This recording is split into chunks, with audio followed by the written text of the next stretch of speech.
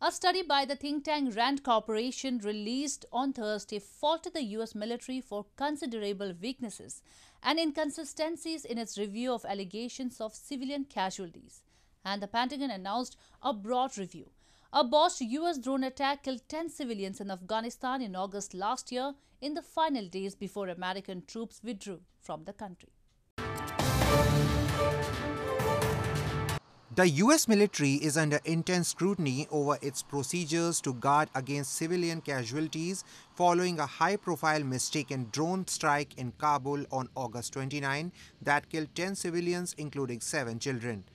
Not only did the US military botch the targeting, but in the strike's initial aftermath, the Pentagon's assessment concluded that it killed Islamic State militants preparing a bombing attack against US troops. A study by the R&D Corporation think tank released on Thursday faulted the US military for considerable weaknesses and inconsistencies in its review of allegations of civilian casualties. The independent R&D study, which was required by congressional legislation, concluded systematic weaknesses at the Department of Defense were causing it to fall short of its duties on civilian casualties. In conflicts, the US military often has limited access to targeted areas before or after strikes, relying on intelligence gathered remotely from sources like drone surveillance and satellite imagery.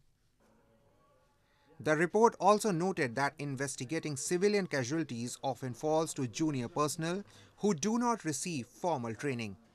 Meanwhile, US Defense Secretary Lloyd Austin issued a memorandum on Thursday asking for the creation of a plan on civilian harm, mitigation and response in the coming months and creation of Civilian Protection Center of Excellence later this year.